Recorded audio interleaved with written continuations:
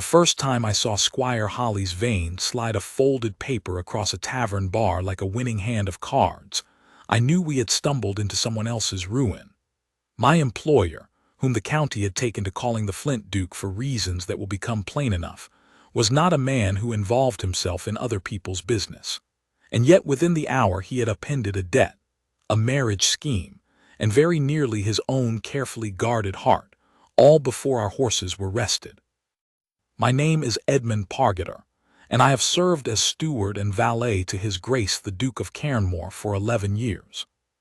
I have dressed him for court and for burials, ridden beside him through flood and frost, and never once in all that time seen him look at a woman the way he looked at Miss Alethea Bright across the low, smoke-warmed common room of the Spotted Hart Inn. We had not meant to stop there at all. A wheel had cracked 2 miles up the north road, and the light was failing, and His Grace, who trusted no coachman's judgment over his own, declared we would lose an axle entirely if we pressed on in the dark.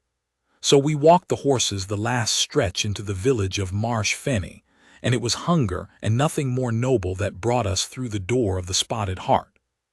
The room was warm with hearthlight and the smell of bread and mutton broth, and behind the long oak bar stood a young woman with her sleeves rolled to the elbow, tallying a column of figures in a ledger with the brisk competence of a man twice her age. She did not look up when the door opened, only called out, "Sit where you like.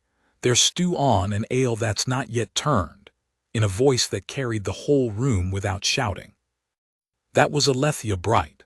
I did not know her name yet, only that she ran that room the way a captain runs a ship in rough water, aware of every current, every man's mood, without seeming to look at any of them directly. His Grace took a table near the fire, as was his habit, with his back to the wall and his eyes on the door. It was a soldier's precaution, though he had never soldiered a day in his life. He simply did not care to be surprised. I sat across from him and ordered for us both, and we might have eaten our supper in peace and gone on our way at dawn, save for the man who came through the door not 5 minutes later with the self-satisfied stride of someone who believes he already owns the room he is walking into. Squire Holly's Vane was not an ugly man, which somehow made him worse. He had the soft good looks of a man who had never done an honest day's labor, dressed a shade too fine for a village squire, and he carried himself with the particular swagger of a man who has just acquired something he intends to enjoy owning. He did not sit. He walked directly to the bar, where Miss Bright had looked up now, her pen stilled over the ledger, her spine gone very straight. "Miss Bright," he said, pitched to Carrie, though he pretended it was private, "I've had a productive afternoon in Dunmore. You'll want to hear of it." "I doubt that very much, Mr. Vane." Her voice did not waver, but I saw her hand find the edge of the ledger and grip it. "Your father's note, the one held by Iverson the corn factor, and the older one besides from the spring, the one he was too ashamed to tell you of." Vane drew a folded paper from his coat with the flourish of a conjurer. "Both now mine. Bought outright, and at a fair price to Iverson, though I confess I paid more than they were worth simply for the pleasure of holding them." The room had gone quiet in that particular way. A room goes quiet when everyone in it is pretending not to listen. I saw a gray-haired man at the corner table set down his tankard without drinking from it. I saw a boy who had been sweeping the hearth frieze mid-stroke. His Grace did not look up from his stew, but I had served him long enough to know when he was listening with his whole body while appearing to attend to nothing at all. His spoon had stopped.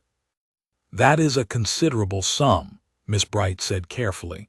"I will want to see the figures before I agree to anything." "Oh, you'll see them. Every shilling precisely accounted." Vane smiled, and it was the smile of a man laying a trap he considers already sprung. £41, 6 shillings between the two. Your father cannot pay it, we both know that. He can barely stand upright most mornings, let alone run this house. But I am not an unreasonable man, Miss Bright. I do not wish to see you and your father put into the road." "How generous," she said, and there was iron under the words, though her face stayed smooth as a mill pond. I propose an arrangement. Marry me and the debt is forgiven entire on our wedding day as my gift to you. Your father may live out his years here in comfort, a guest in his own house, wanting for nothing. Refuse me, and I call the note due in 30 days, as is my right, and when it cannot be paid, as we both know it cannot, the inn and everything in it becomes mine by law, and you and your father may find lodging where you're able. He said this last with no change in his pleasant tone at all, as though he were discussing the weather, and that, I think, was what convinced me he was capable of doing exactly as he threatened. I glanced at his grace. His face had gone to that particular stillness I had learned over 11 years to fear on other men's behalf. It was not anger as most men wear it, hot and loud. It was a colder thing entirely, a settling, like ice forming on a pond in the space of a single night. Miss Bright set down her pen. She did not flinch, did not look toward the door as though she wished to flee, did not wring her hands. She looked at Holly's vein the way I imagined she looked at a cask gone sour, with clear-eyed assessment and no patience wasted on outrage. You have bought a debt, Mr. Vane, not a wife. My father's signature is on that note, not mine, and I'll thank you to remember the difference. I will look at your figures in the morning, in the presence of the vicar, who keeps an honest set of scales for exactly this sort of arithmetic. Until then, I've stew to serve and no more time for you tonight. It was, I thought, a masterful piece of composure, enough defiance to preserve her dignity before a room of her neighbors, not enough to give Vane cause to call the note early out of spite. She had done this sort of arithmetic before, I realized. She had likely been doing it for years, keeping her father's failures from swallowing them both whole. Vane's smile thinned but did not vanish. 30 days, Miss Bright. I'm a patient man, but not an infinitely patient one. He tucked the paper back into his coat, cast one more assessing look over the room, as though counting the value of the beams and the brass and the girl behind the bar all in the same glance, and went out into the evening with the door banging behind him. The room exhaled. Conversation resumed in low, urgent murmurs. The gray-haired man at the corner table finally drank his ale, in one long, unhappy pull. His grace had still not touched his stew.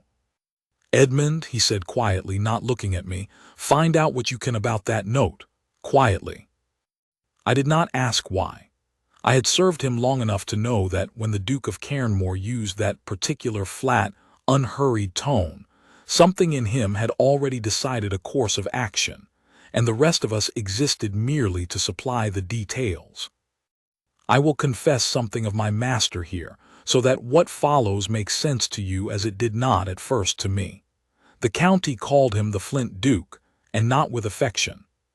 He had inherited Cairnmore as a young man from a father who had let the estate run half to ruin through carelessness and sentiment, and he had spent 15 years since undoing that damage through a will so unbending that men twice his age flinched from crossing him at market or at law. He did not extend credit out of pity. He did not forgive a debt because a man wept about it.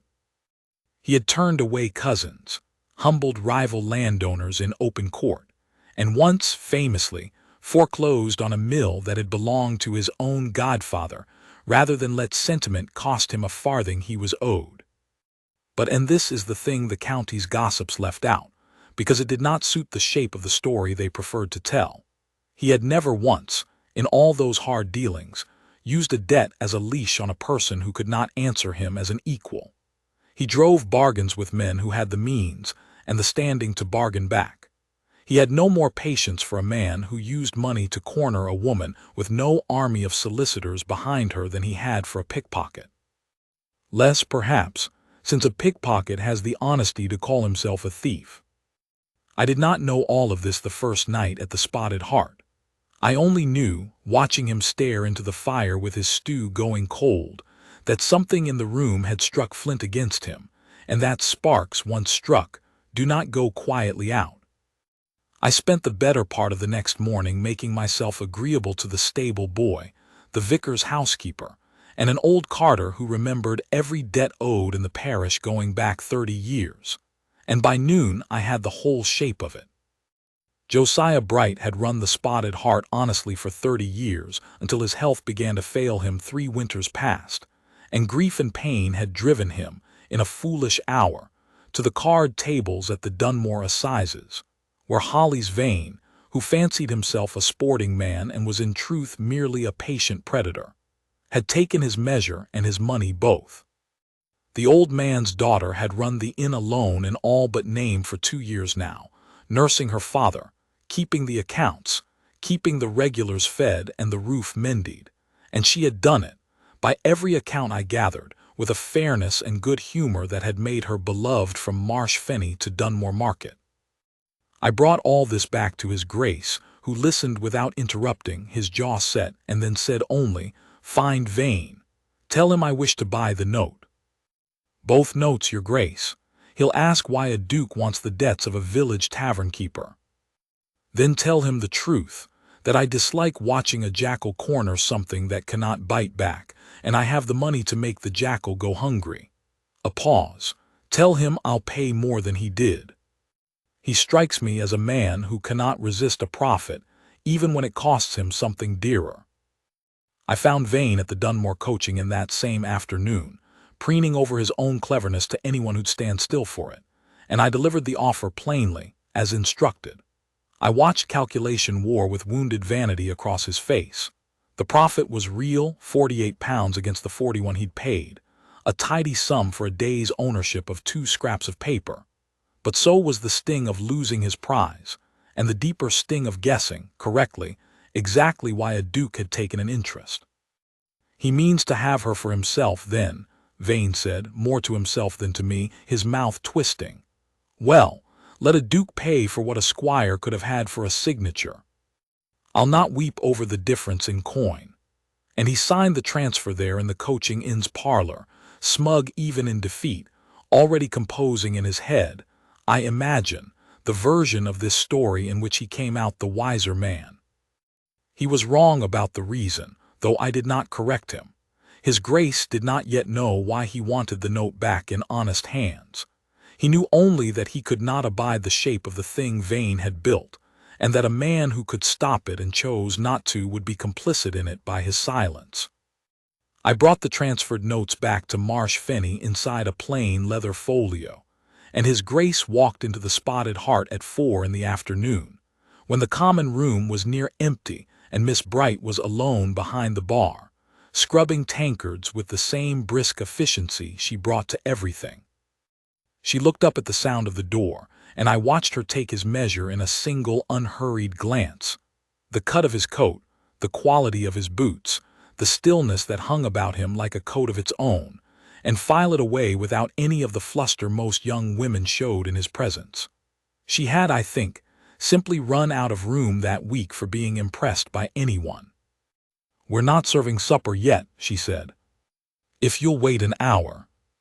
"I've not come to eat." He set the folio on the bar between them. "I've come about your father's debt." Something closed in her face, a shudder coming down.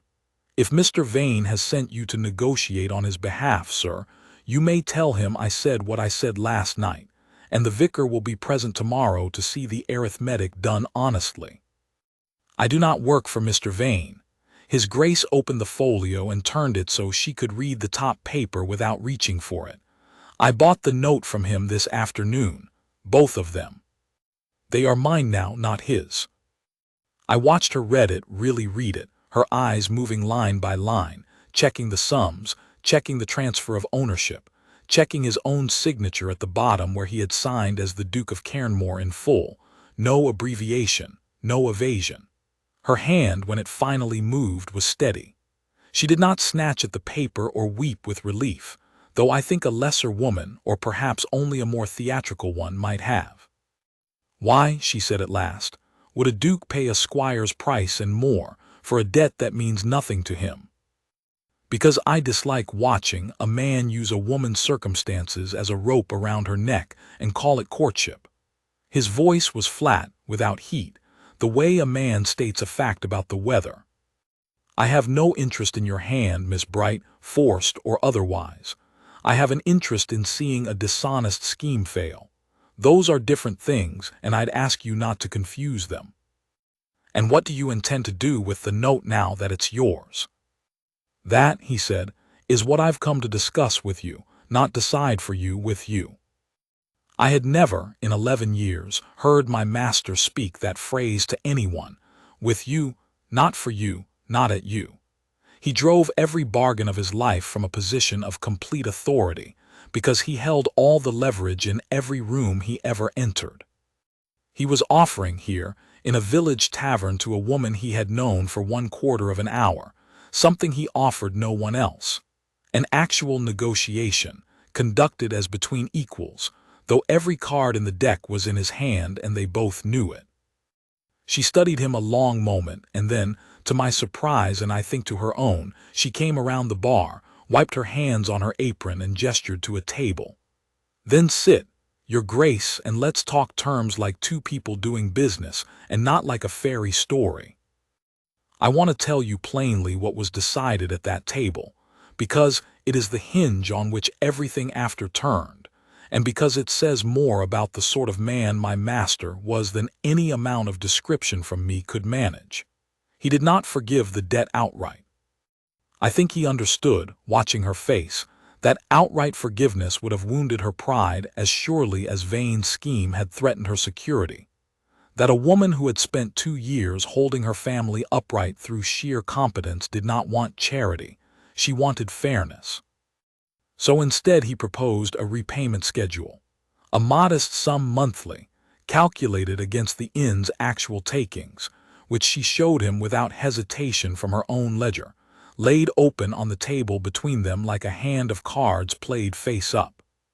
He asked questions about her trade, her costs, her father's health, the price of grain and hops, and answered her questions in turn about the terms, the interest, which he set at nothing over her protest, until they settled at a token rate that let her feel the arrangement was a true loan and not a gift dressed up to spare her feelings.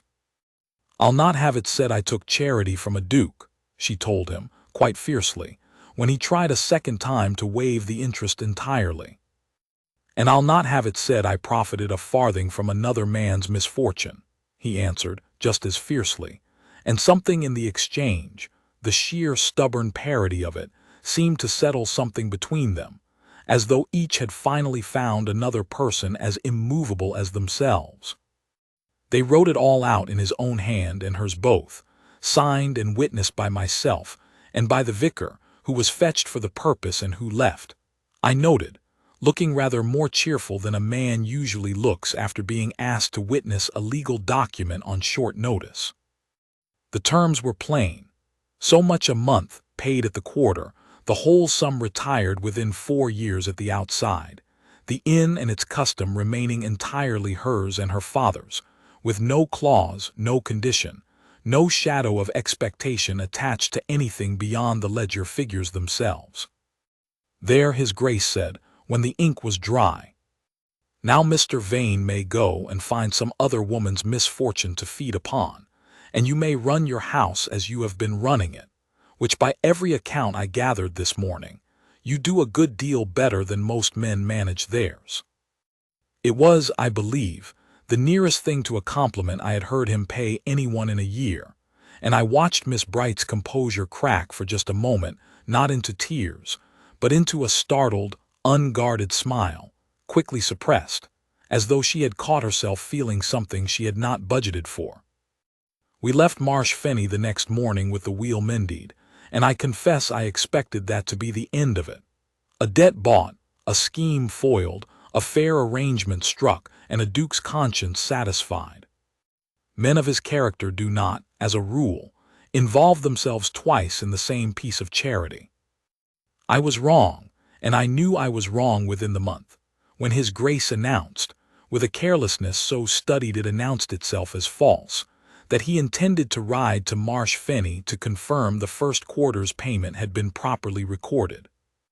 "Your solicitor could confirm that by letter, Your Grace, in considerably less time than a 2-day ride." "My solicitor," he said, not looking up from the paper he was pretending to read, "was not present to hear the terms discussed. I should like to see the ledger myself." I said nothing further, though I confess I permitted myself a private smile as I went to see the horses readied. I had served the man 11 years. I knew the shape of an excuse when he built one. That second visit, I watched him sit across from Miss Bright at the same table, going over the ledger with an attention to detail that no quarterly payment of £11 6 could possibly have warranted, and I watched her answer his questions with a directness that had lost, in 1 month's time, some of its wariness. She asked him halfway through whether he took his tea with milk, since she'd noticed he'd left it black the visit before and wondered if it was habit or simply that no one had thought to ask. It was such a small thing, and I saw it land on him like a struck bell, the simple fact of being noticed, considered, asked after, by someone who owed him nothing and wanted nothing from him but honest dealing. Habit, he admitted. No one has asked me that question in some years. Then I'll bring milk next time, and you may tell me if you'd rather I hadn't bothered. He did not answer that so much as look at her, a long, unhurried look that had nothing of a duke's cool assessment in it, and everything of a man startled by his own hunger for something he had not known he wanted. I busied myself with the horses' harness straps, which did not need attending, and gave them what privacy a small common room allows two people determined not to be overheard. There followed, over that autumn and into the winter, a pattern I came to know as well as I knew the roads themselves. His Grace found reasons, always reasonable, always defensible, always transparently thin to anyone who knew him, to ride to Marsh Fenny once a fortnight, then, by December, nearly every week. He confirmed payments that needed no confirming. He inspected the inn's roof for a leak that Miss Bright herself pointed out did not exist. He brought a physician from Cairnmore, ostensibly at his own expense as a gesture of goodwill toward a tenant of the parish, to examine her father's failing health, and stayed the whole long afternoon that visit required, though there was no earthly reason a duke needed to sit in a tavern common room while a doctor examined an old innkeeper upstairs, beyond the reason that he did not wish to leave. I watched her father, too, in those months, Josiah Bright, gray and stooped and ashamed of the mess his cards had made, watching his daughter and the Duke of Cairnmore across the room with an old man's shrewd, unspoken understanding. He said little to me on the subject, being a man who kept mostly to his chair by the upstairs window those days, but once when I brought him his supper tray, he said, "She's had no one look at her like that in her life, not because there weren't men who wanted her. There were plenty of those, but not one of them ever looked as though he saw her, if you understand my meaning, Mr. Pargeter, only what she could be made to be useful for." I understood his meaning very well, having watched the same thing myself from the safe distance of a valet's discretion. The regulars of the Spotted Hart took to his Grace's visits with rather more good humor than the wider county eventually showed, and I think it is worth setting down something of them here, since they played no small part in the courtship, however little credit history is likely to give a handful of village men their due.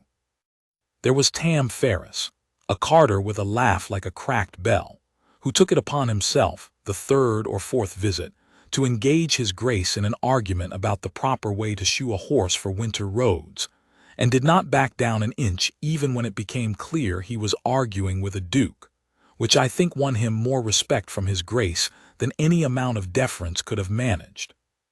There was old Simmons, the miller, who had known Alethea since she was in short skirts, and who watched the whole courtship unfold from his corner table, with the proprietary satisfaction of a man observing a crop he had personally planted come finally into flower. And there was the boy, Peter, the one who had frozen mid-sweep the night Vane made his threat, who took to positioning himself near enough to refill the Duke's tankard at suspiciously frequent intervals, purely, I came to understand, so that he might report back to the kitchen on the exact temperature of the looks passing between his mistress and her most persistent customer. It was Simmons, in fact, who said the truest thing I heard spoken on the subject that whole autumn, one evening when his Grace had ridden out earlier than usual, and I had lingered to settle our account.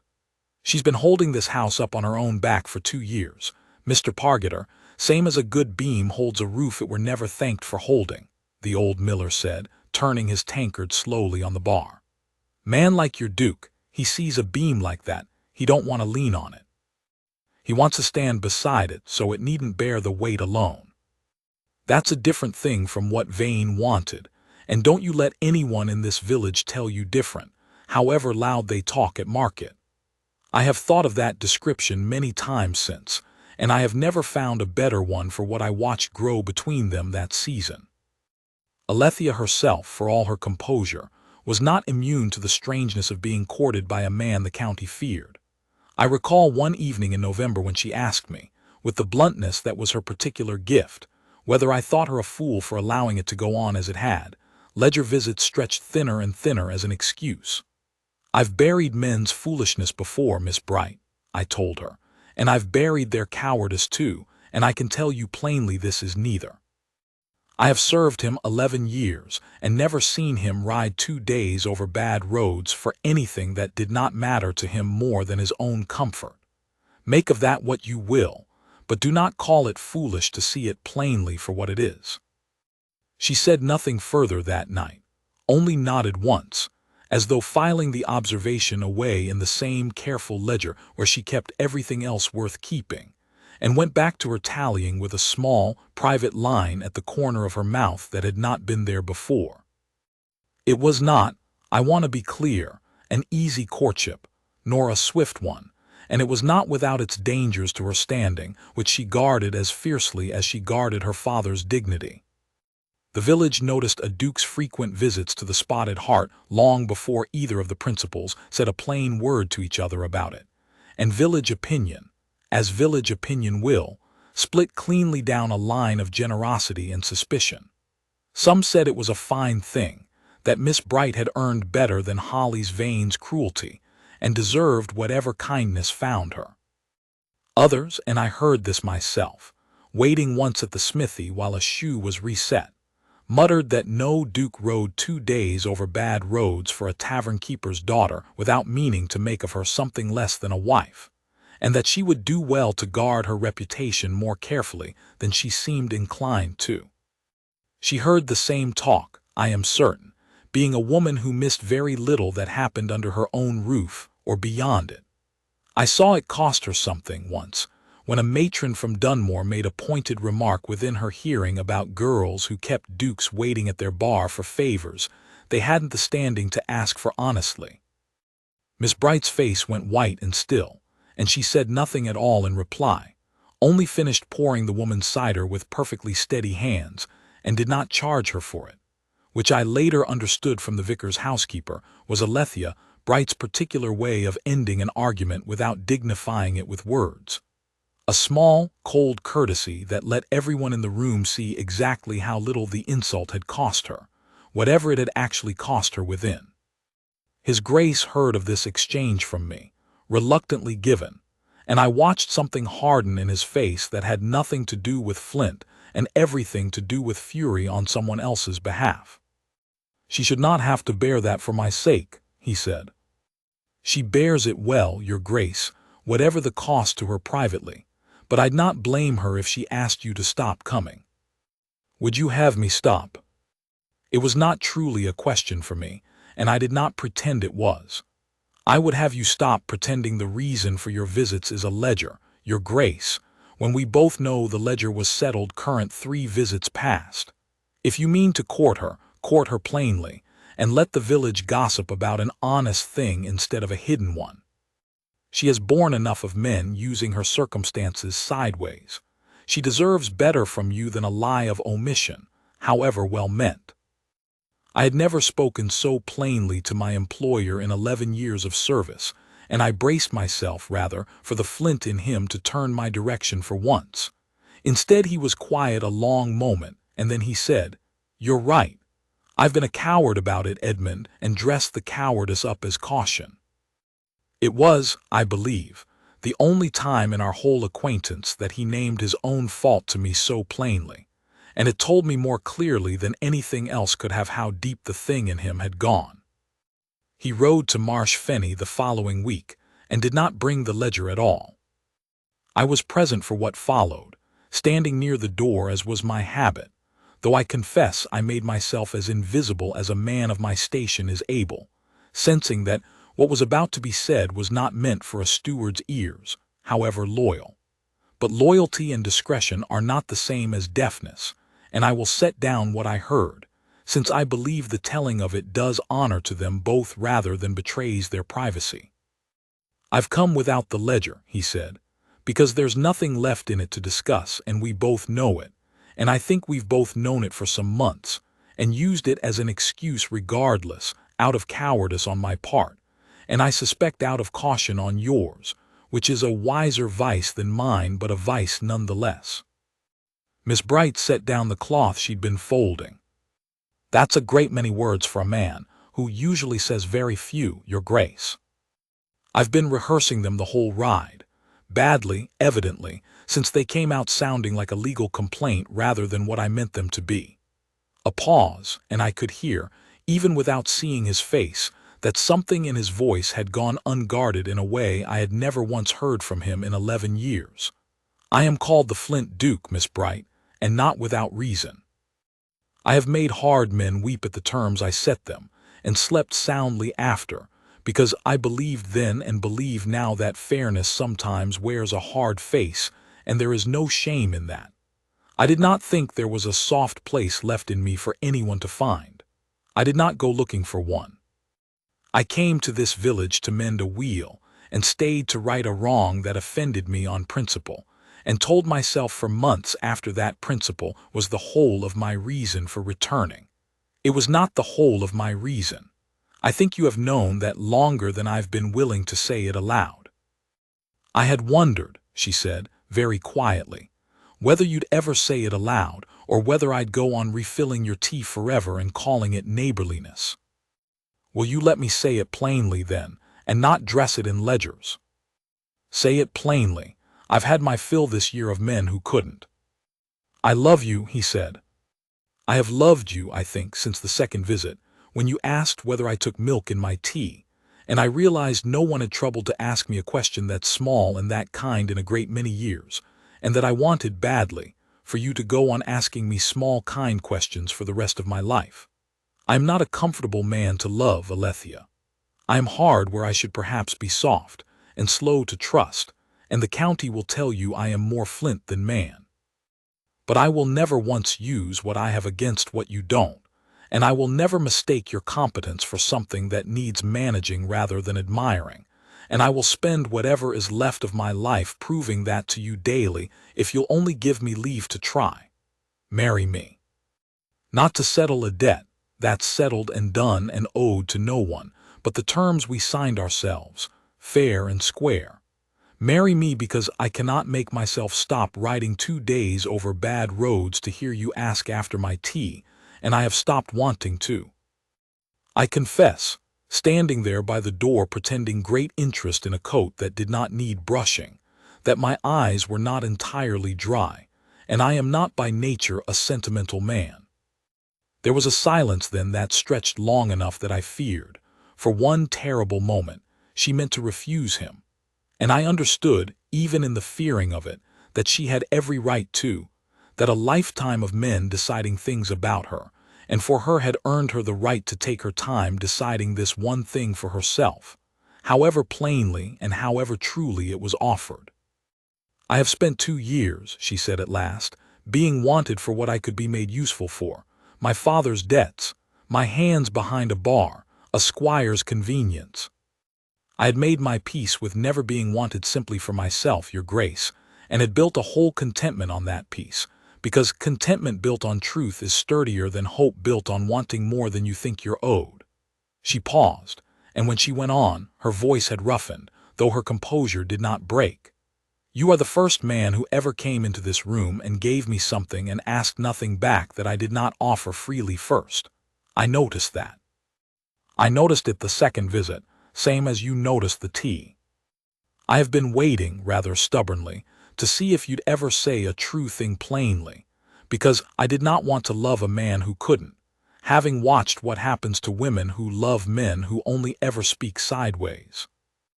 And now that I've said it plainly, now I'll say it plainly back.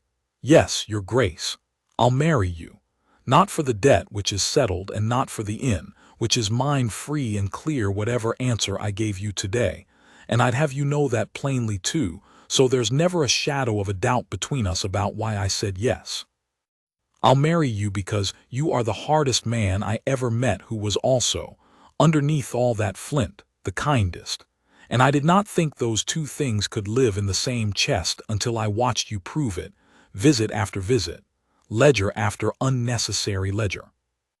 What followed I will not set down in detail, out of the same discretion that kept me facing the door throughout, save to say that when I permitted myself, at last, a glance over my shoulder, His Grace had taken her hand across the table, not grasped it, but taken it the way a man takes something he intends to hold with great care for a very long time, and she had let him, and neither of them seemed inclined to let go of the arrangement any time soon. The wedding, when it came in the spring, was not the grand county affair the title might have demanded. His Grace insisted, over the protests of several relations who felt a duke's marriage owed the world more ceremony, that it be held in Marsh Fenny itself, in the small stone church where Alethea had been christened, with the whole village crowded into pews built for half their number, and the Spotted Hearts regulars occupying the back rows in their good coats, looking as proud as if they'd arranged the match themselves. Josiah Bright, too frail by then to stand the whole service, sat in a chair set specially at the front, and I watched his face when his daughter came up the aisle, not given away in the old sense, since His Grace had been quite firm that no man would be handing Alethea Bright to anyone as though she were property changing hands twice in 1 year, but walking up on her own, steady, in a gown of pale blue that suited her far better than anything grander would have. Her father's face, watching her, held an old man's whole relief and pride at once, the look of a man who has feared for years that his failures would be the ruin of the one person he loved best, and has lived to see, instead, that she made her own rescue out of her own strength, with only an honest man's help at the last, freely given and freely accepted. Holly's vein was not invited, as I think you will have guessed, though I heard later he told anyone who would listen in Dunmore that he'd had a lucky escape, having never truly wanted the tavern keeper's daughter beyond her use to him. I do not think anyone in 2 counties believed him, and I confess I took a certain uncharitable satisfaction in that. As for the Spotted Heart itself, it did not close its doors, nor did it become some grand appendage of Cairnmore estate, decorated past recognition to suit a duchess's rank.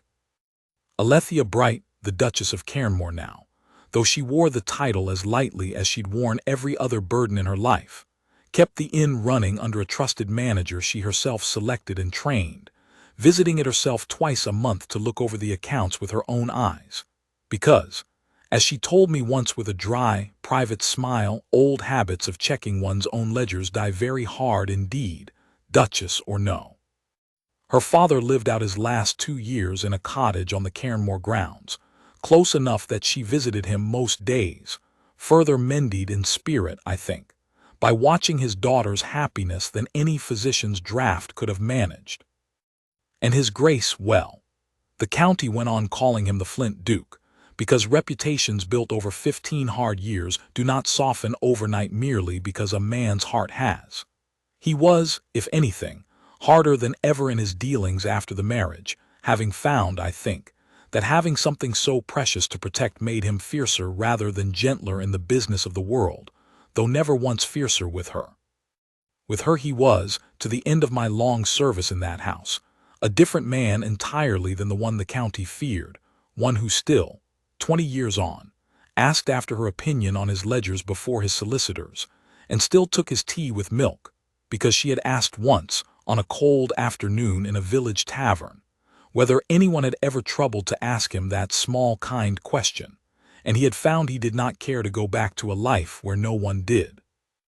I have set all this down, as near as memory and long observation allow, because I think it is worth remembering, in a world quick to mistake hardness for cruelty and kindness for weakness, that a man may be both flint and shelter at once, provided he has the sense to know the difference between the wrongs worth being hard against and the person worth being soft for.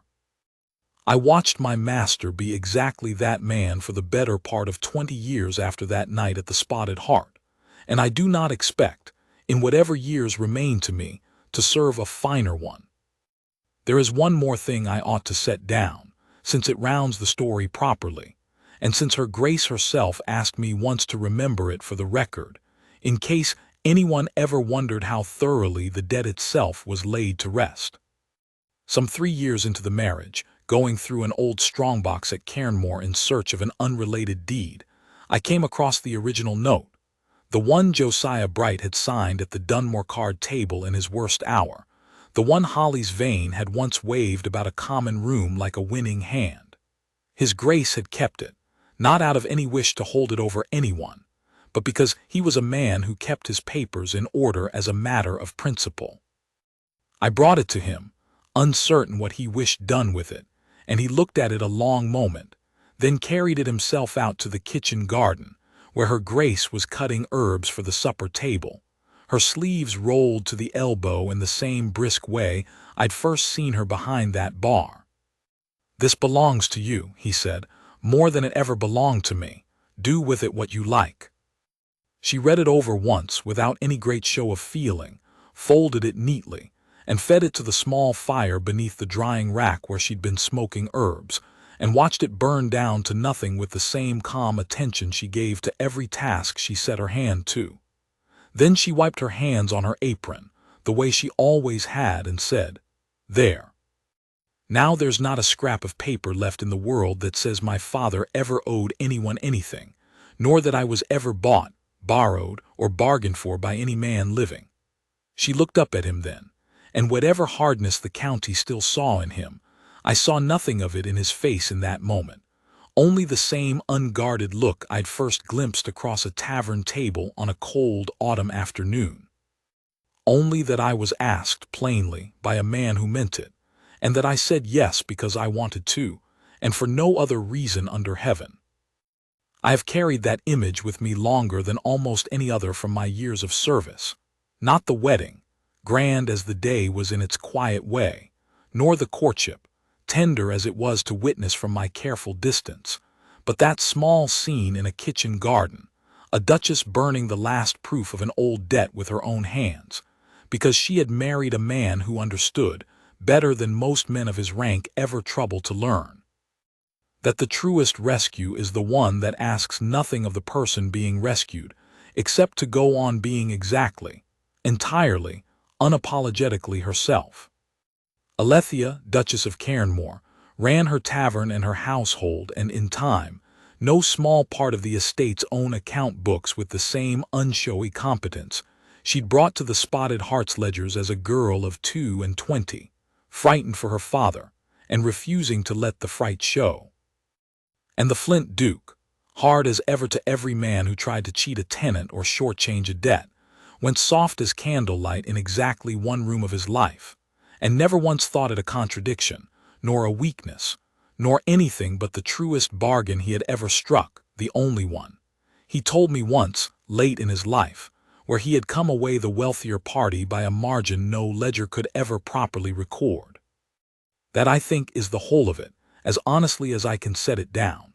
How a squire's cruelty became, by a duke's stubborn sense of justice and a tavern-keeper's daughter's unbending dignity, the strangest and truest courtship the county ever whispered about over its cider and its cards, and how the hardest man in 3 shires learned, at a common bar in a village most maps forget to name, that Flint only ever needed the right stone struck against it to show the warmth it had been hiding all along.